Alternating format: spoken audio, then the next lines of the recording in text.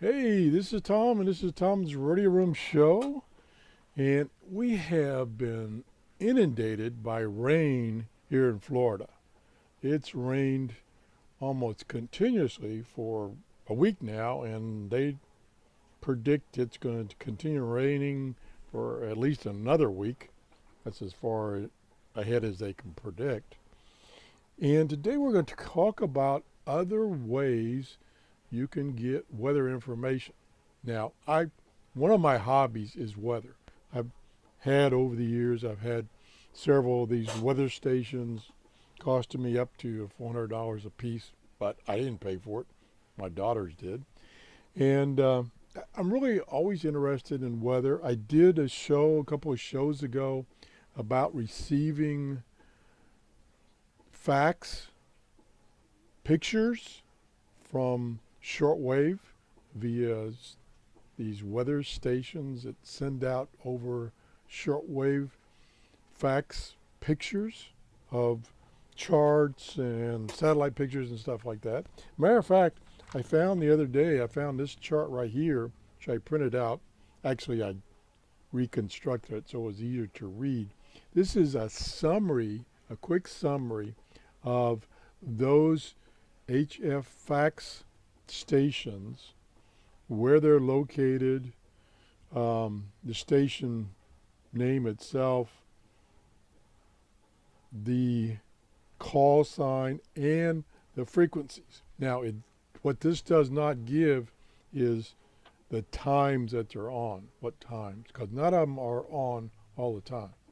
So if you go back to this show about HF fax, I show you the website that has a PDF file of the detail, all the details. And this is a summary. I'll put in the description on this show where I found this. And like I say, I reformatted it a little bit so that would show up a little bit better for me. So anyway, so we did a show on that. Today I want to talk about some other alternatives. Now, one alternative, of course, is you go on the internet and there's dozens and dozens or hundreds of weather pages that have radar images, and you can become overwhelmed by them. Well, here is two other alternatives. And one of them is, which I'm not going to show you specifically, is you can get applications for your PC, your Android tablet, your Apple phone for weather information, radar, stuff like that.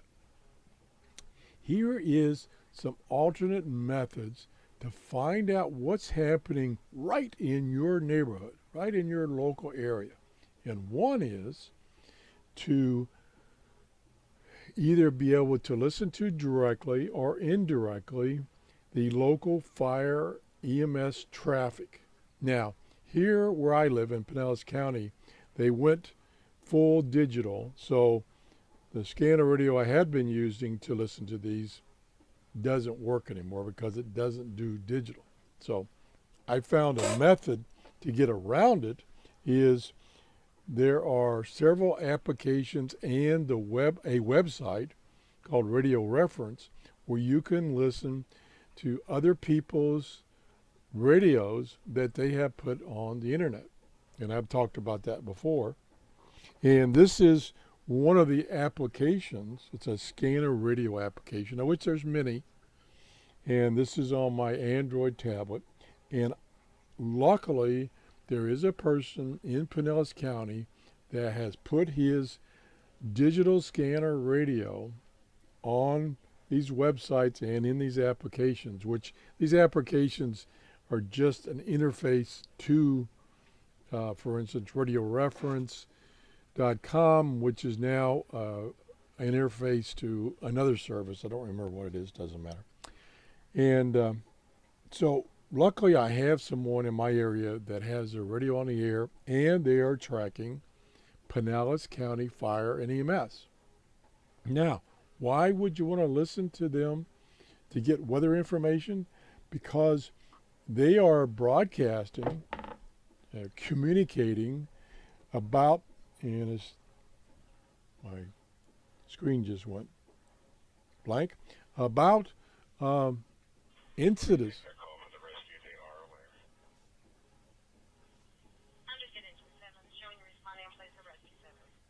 Okay, I was just pausing there, so there was some activity going on. They are communicating about instances related to fire, emergencies, ambulances, whether like the weather is knocking down power lines or there's flooding, where the fire department has to go out and rescue people.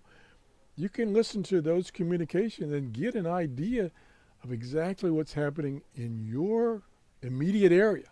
So that's one way. Now here's another way that maybe you haven't thought of, and maybe it's not available to you. But for me, and we turn the volume back up on this radio.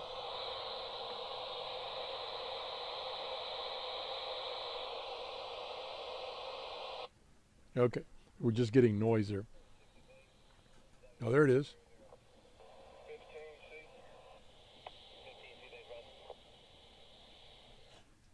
I don't know if you could hear that, but what I'm listening to on my scanner is the local power company.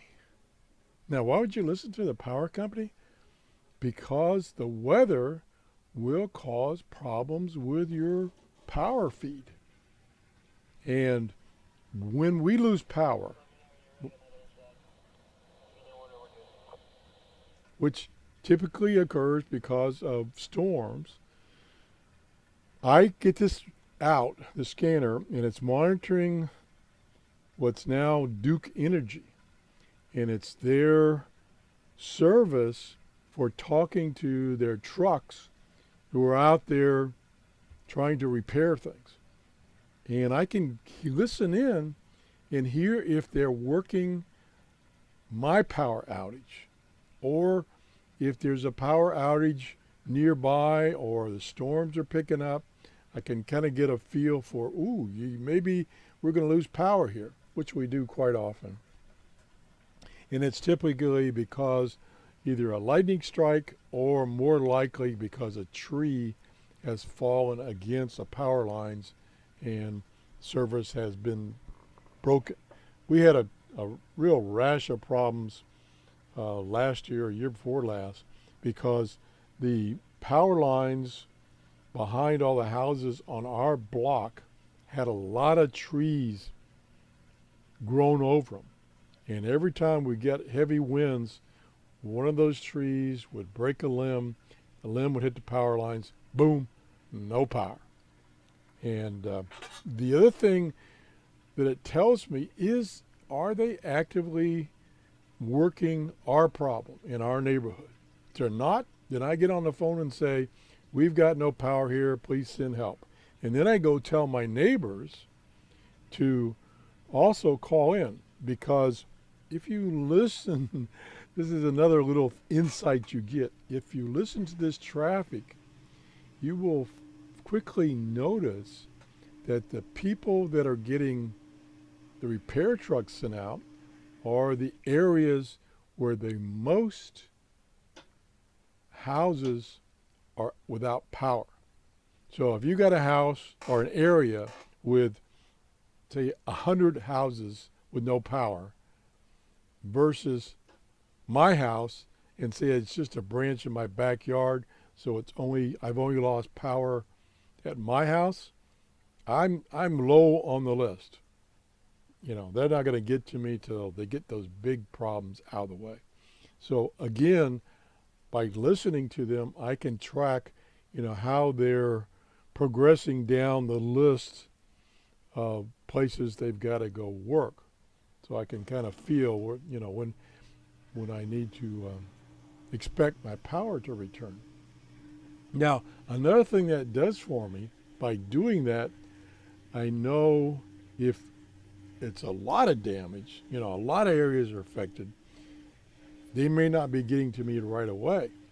What happened, it was last year before last, we had just some high winds, and we lost power. And it was pretty localized, just certain areas lost power. But we lost power. And I called in and told them, okay, we don't have power, ta-da.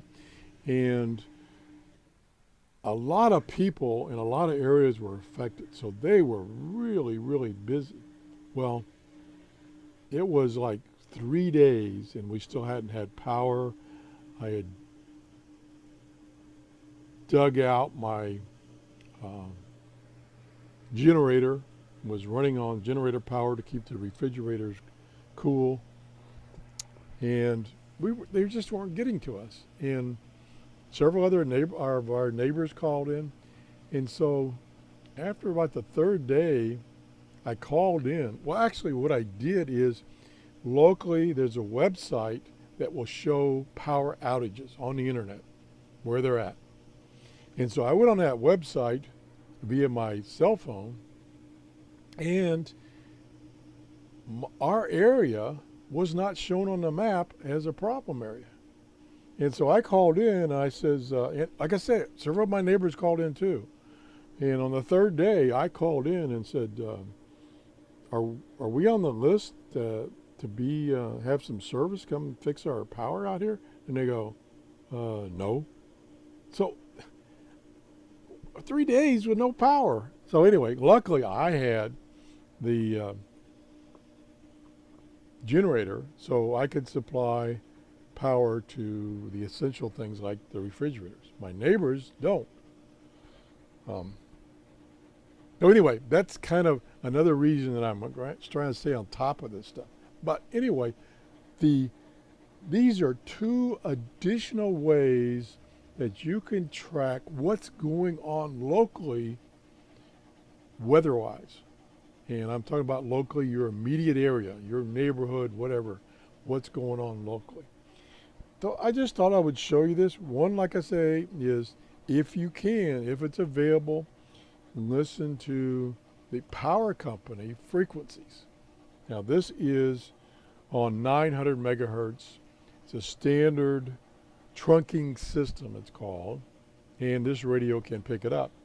So I can hear traffic on that frequency of my local power company, which right now they're busy because we've had so much rain and wind, so they're busy. Luckily, I still have power. I lost power for about an hour last week, which means everything has to be reset, whatever.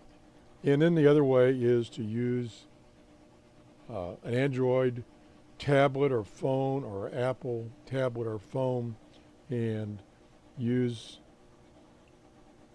one of the scanner radio applications.